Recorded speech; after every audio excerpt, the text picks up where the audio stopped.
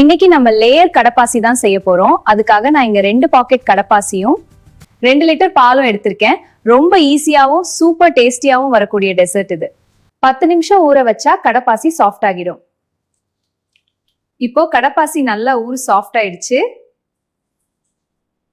இதே இப்போ ஸ்டவ்ல ஒரு பாத்திரத்துல போடுறேன். கரைய ஆரம்பிக்கும். கட்டிகள் இல்லாம முழுசா கரையணும், அதுதான் சரியான ஸ்டேஜ். இப்போ ஒரு பெரிய பாத்திரத்துல 2 லிட்டர் பாலை ஊத்திக்கிறேன். இதுல 2 டம்ளர் தண்ணி சேர்க்கணும். இப்போ ஸ்டவ்ல வச்சு கொதிக்க வைக்கிறேன்.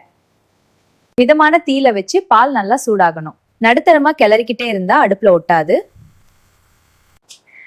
ருசிக்கு ஏற்ப சர்க்கரை சேர்க்கணும்.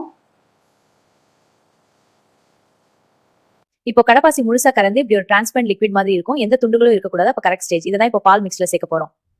இந்த ஸ்டேஜ்ல அதிக நேரம் கொதிக்க விடாதீங்க, இல்லனா செட் ஆகும்போது ரப்பர். இப்போ ஒரு தடிமனான பிளேட் எடுத்துக்கணும். இதுலதான் நம்ம 3 லேயர் வைக்க போறோம். இப்போ நம்ம இந்த பிளாட்ல ரொம்ப அதிகமா இல்லாம ஒரு லேயர் வர்ற அளவுக்கு இந்த கடப்பாசியை ஊத்திக்கலாம். இப்போ இந்த போல்ல இருக்கிற கடப்பாசில நம்ம ஆரஞ்சு ஜூஸ் இல்லனா கேரட் ஜூஸ் கொஞ்சம் கொஞ்சமா சேர்க்கணும். சேர்த்தா இந்த கடப்பாசி அப்படியே அழகான ஆரஞ்சு கலரா மாறிடும். இப்போ இந்த ஆரஞ்சு கடப்பாசியை ஒரு 10 நிமிஷம் சாதாரணமா வெளியே வச்சாலே போதும். குளிர்ந்ததும் இது நல்லா செட் ஆகிடும். இப்போ செட் ஆயிடுச்சு. இப்போ நம்ம செஞ்சு வச்சிருக்கோம் மில்க் கடப்பாசியை இதுக்கு மேல செகண்ட் லேயரா மெதுவா ஆட் பண்ணணும். இப்போ நம்ம மில்க் கடப்பாசியை மேலே ஊத்தியாச்சு. இப்போ இதை ஒரு 10 நிமிஷம் ஃபேன் கிட்ட குளிர வச்சா நல்லா செட் ஆகும். பாத்தீங்களா, இப்போ நம்ம கடப்பாசி நல்லா செட் ஆயிடுச்சு. இப்போ லாஸ்டா பேலன்ஸ் இருக்கிற ஒயிட் கடப்பாசில நம்ம பிஸ்தா ஐஸ்கிரீம் சேர்த்து நல்லா மிக்ஸ் பண்ணிக்கணும். இதுதான் நம்ம கிரீன் லேயர் ரெடி. இப்போ பிஸ்தா ஐஸ்டன்ஸ் சேர்த்து மிக்ஸ் பண்ணிய இந்த கிரீன் கலர் கடப்பாசியை இதுல ஊத்தணும்.